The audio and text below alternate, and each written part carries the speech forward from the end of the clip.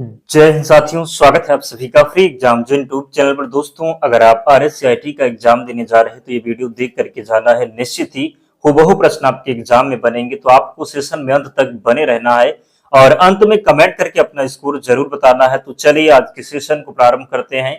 उससे पहले अगर आप चैनल पर नए हैं तो चैनल को सब्सक्राइब करके बेल आइकन को जरूर प्रेस कर लें। प्रश्न है कि MS एक्सेल में एवरेज A1 A5 फंक्शन का कार्य क्या है?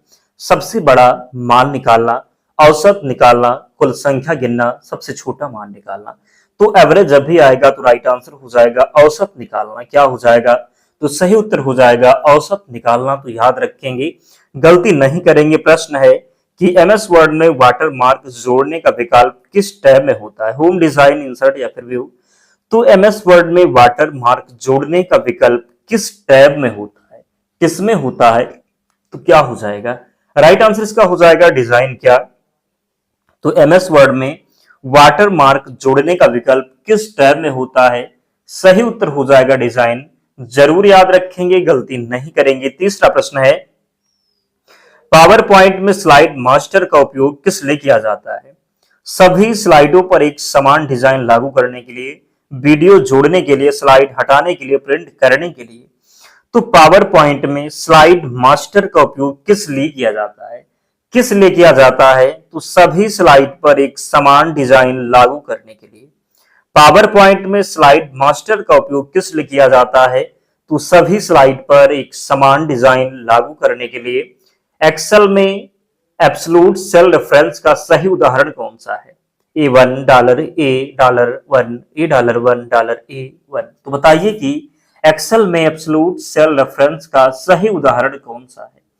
क्या हो जाएगा? तो राइट आंसर होगा डॉलर A डॉलर 1। क्या हो जाएगा? तो एब्सोल्यूट सेल रेफरेंस में कॉलम और दोनों के आगे डॉलर लगाया जाता है, जिससे फार्मूला कॉपी करने पर रेफरेंस नहीं बदलता है। तो राइट आंसर क्या हो जाएगा? डॉलर A डॉलर 1 इसका सही उत्तर होगा। गलती नहीं करेंगे, जरूर याद रखेंगे। प्रश्न है कि MS वर्ड में मेल मर्ज का मुख्य उपयोग क्या है? कई लोगों के लिए व्यक्तिगत पत्र, प्रमाण पत्र बनाना, फाइल सेव करना, चित्र बनाना, पासवर्ड लगाना। MS वर्ड में मेल मर्ज का मुख्य उपयोग क्या है? क्या है? तो कई लोगों के लिए व्यक्तिगत पत्र, प्रमाण पत्र बनाना। MS वर्ड में मेल मर्ज का मुख्य उपयोग क्या है? तो कई लोगों के लिए व्यक्तिगत प्रमाण पत्र बनाना। यदि किसी वेबसाइट का सिक्योरिटी सर्टिफिकेट अमान्य हो तो क्या करना चाहिए? तुरंत लॉगिन करें, चेतावनी अनदेखी करें, संवेदनशील जानकारी दर्ज न करें, ब्राउजर बदल दें। तो यदि किसी वेबसाइट का सिक्योरिटी सर्टिफिकेट अमान्य हो तो क्या करना चाहिए? क्या करना चाहिए? तो संवेदनशील जानकारी दर्ज ना करें। यदि किसी वेबसाइट का सिक्योरिटी सर्टिफिकेट अमान्य हो तो संवेदनशील जानकारी दर्ज ना करें। क्या ना करें? तो संवेदनशील जानकारी दर्ज ना करें। याद रखेंगे। अगला है, ब्राउजर के इनकॉग्निटो मोड का मुख्य उद्देश्य क्या है? इंटरनेट की गति बढ़ाना, स्थानीय ब्राउजिंग हिस्ट्री सुरक्षित ना रखना, वायरस हटाना, रैम बढ़ाना। तो ब्राउजर के इनकॉग्निटो मोड का मुख्य उद्देश्य क्या है? क्या है? तो इनकॉग्निटो मोड ब्राउजर की स्थानीय हिस्ट्री, कुकीज और अस्थायी डेटा को सहेजने से बचाता है। यह आपको इंटरनेट पर पूरी तरह गुमनाम नहीं बनाता। तो राइट आंसर क्या हो जाएगा? स्थानीय ब्राउजिंग हिस्ट्री सुरक्षित ना रखना। एक्सेल में काउंट IF फंक्शन का उपयोग किस लिए किया जाता है? योग निकालना, शर्त के अनुसार गिनती करना, औसत निकालना, अधिकतम मान निकालना। तो इसका जो राइट आंसर होगा ये होगा शर्त के अनुसार गिनती करना। क्या होगा? तो शर्त के अनुसार गिनती करना। अगला है, टू फैक्टर ऑथेंटिकेशन यानी 2FA का सही उदाहरण कौन सा है? क्या हो जाएगा? तो पासवर्ड प्लस OTP हो जाएगा। क्या होगा? तो पासवर्ड प्लस OTP होगा। प्रेजेंटर व्यू का उपयोग किस सॉफ्टवेयर में होता है? MS Excel, MS Word, MS PowerPoint, MS Paint. तो प्रेजेंटर व्यू का उपयोग किस सॉफ्टवेयर में होता है? प्रेजेंटर व्यू का उपयोग किस सॉफ्टवेयर में होता है? तो ये होगा MS पावर पॉइंट में। किसमें होगा? तो MS पावर पॉइंट हो जाएगा। क्या होगा? तो MS पावर पॉइंट इसका राइट आंसर होगा। प्रेजेंटर व्यू पावर पॉइंट की सुविधा है जिसमें प्राप्तकर्ता यानी प्रस्तुतकर्ता अपने स्क्रीन पर नोट्स टाइमर और अगली स्लाइड देख सकता है, जबकि दर्शकों को केवल प्रस्तुति दिखाई देती है। तो राइट आंसर क्या हो जाएगा? MS PowerPoint. एक्सेल में आईएफ किस प्रकार का फंक्शन है? Text, logical, date, financial. Excel में आईएफ किस प्रकार का फंक्शन है? तो ये लॉजिकल है। क्या है? तो ये लॉजिकल हो जाएगा, याद रखेंगे, ये लॉजिकल होगा। अगला है डिस्क क्लीनअप का मुख्य कार्य क्या है? रैम बढ़ाना, अनावश्यक फाइलें हटाना, वायरस हटाना, विंडोज इंस्टॉल करना। डिस्क क्लीनअप का मुख्य कार्य क्या है? डिस्क क्लीनअप का जो मुख्य कार्य हो जाएगा ये आवश्यक फाइलें हटाना हो जाएगा। डिस्क क्लीनअप का मुख्य कार्य क्या है? तो अनावश्यक फाइलें हटाना। क्या होगा? तो अस्थायी यानी टेम्पोररी और अनावश्यक फाइलें हटाकर हार्ड डिस्क में खाली स्थान उपलब्ध कराता है। कौन? तो डिस्क क्लीनअप। क्या हो जाएगा? अनावश्यक फाइल हटाना। फिशिंग ईमेल की पहचान क्या है? संदिग्ध लिंक और तत्काल कार्यवाही का दबाव, अच्छी भाषा, कंपनी का लोगो, पीडीएफ फाइल। तो फिशिंग ईमेल अक्सर नकली लिंक, डराने वाले संदेश या तुरंत कार्रवाई करने का दबाव बनाते हैं ताकि उपयोगकर्ता अपनी गोपनीय जानकारी साझा कर दे। तो राइट आंसर हो जाएगा संदिग्ध लिंक और तत्काल कार्यवाही का दबाव। क्लाउड कंप्यूटिंग का मुख्य लाभ क्या है? इंटरनेट की आवश्यकता नहीं होती, कहीं से भी डेटा एक्सेस किया जा सकता है, केवल ऑफलाइन काम करता है, केवल एक कंप्यूटर चलाता है। तो क्लाउड कंप्यूटिंग का जो मुख्य लाभ है ये हो जाएगा कहीं से भी डेटा एक्सेस किया जा सकता है। क्लाउड कंप्यूटिंग का मुख्य लाभ है कहीं से भी डेटा एक्सेस किया जा सकता है। एक्सेल में फिल्टर का उपयोग किस लिए किया जाता है? डेटा छांटने के लिए, फॉन्ट बदलने के लिए, चार्ट बनाने के लिए, प्रिंट करने के लिए। तो एक्सेल में फिल्टर का उपयोग किस लिए किया जाता है? एक्सेल में फिल्टर का जो उपयोग किया जाता है डेटा छांटने के लिए। एक्सेल में फिल्टर का जो उपयोग किया जाता है डेटा छांटने के लिए। फिल्टर का उपयोग एक्सेल में केवल आवश्यक डेटा को प्रदर्शित करने और बाकी डेटा को अस्थायी रूप से छिपाने के लिए किया जाता है। तो राइट आंसर हो जाएगा डेटा छांटने के लिए। पिवोट टेबल का उपयोग किस लिए किया जाता है? डेटा का सारांश बनाने के लिए, चित्र बनाने के लिए, ईमेल भेजने के लिए, प्रिंट करने के लिए। तो राइट आंसर क्या हो जाएगा? डेटा का सारांश बनाने के लिए। क्या होगा? तो डेटा का सारांश बनाने के लिए। अगला है एमएस वर्ड में टेबल किस टैब से इंसर्ट की जाती है? Home, insert, view, review. तो एमएस वर्ड में टेबल किस टैब से इंसर्ट की जाती है? क्या होगा? तो इंसर्ट हो जाएगा। एमएस वर्ड में टेबल किस टैब से इंसर्ट की जाती है? तो इंसर्ट हो जाएगा राइट आंसर। पावर पॉइंट में वेबसाइट लिंक जोड़ने के लिए किसका उपयोग किया जाता है? पावर पॉइंट में वेबसाइट लिंक जोड़ने के लिए किसका उपयोग किया जाता है? हाइपरलिंक, एनिमेशन, ट्रांजिशन या फिर स्मार्ट आर्ट। तो पावर पॉइंट में वेबसाइट लिंक जोड़ने के लिए किसका उपयोग किया जाता है? किसका किया जाता है? तो यहाँ पर हाइपरलिंक का प्रयोग करेंगे। किसका करेंगे? तो हाइपरलिंक हो जाएगा। अराउंड 15.671 का परिणाम क्या होगा? क्या होगा? तो राइट आंसर इसका होने वाला है क्या? तो 15.7 हो जाएगा। राउंड 15.671 में दशमलव के बाद केवल एक अंक रखा जाता है, इसलिए परिणाम कितना होगा? तो 15.7 हो जाएगा। कितना? तो 15.7 हो जाएगा।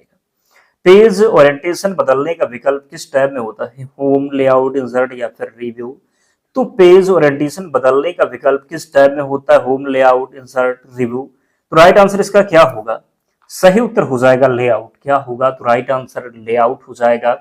निम्न में से कौन सा रेंडरिंग इंजन नहीं है? ब्लिंक, जिको, वेबकिट, विंडोज। तो निम्न में से कौन सा रेंडरिंग इंजन नहीं है? रेंडरिंग इंजन की बात करेंगे तो ये विंडोज हो जाएगा। निम्न में से कौन सा रेंडरिंग इंजन नहीं है? तो विंडोज। कैश मेमोरी का मुख्य कार्य क्या है? सीपीयू की गति बढ़ाना, डेटा स्थायी रूप से रखना, इंटरनेट चलाना, वायरस हटाना। कैश मेमोरी का मुख्य कार्य क्या है? तो ये हो जाएगा सीपीयू की गति बढ़ाना। अगला है कुकीज का उपयोग किस लिए होता है? वेबसाइट की जानकारी याद रखने के लिए, वायरस हटाने के लिए, फाइल प्रिंट करने के लिए, रैम बढ़ाने के लिए। कुकीज का उपयोग किस लिए होता है? तो कुकीज का उपयोग होता है वेबसाइट की जानकारी याद रखने के लिए। निम्न में से कौन सा वेब ब्राउजर है? Opera, wing, Yahoo, Google. तो निम्न में से कौन सा वेब ब्राउजर है? इनमें से जो वेब ब्राउजर हो जाएगा ये ओपेरा हो जाएगा। क्या? तो ओपेरा जो है ये वेब ब्राउजर है। ओपेरा क्या है? तो ओपेरा वेब ब्राउजर है। एक्सेल चार्ट का उपयोग किस लिए किया जाता है? डेटा, ग्राफिकल प्रदर्शन, प्रिंटिंग, टाइपिंग, वायरस हटाने के लिए।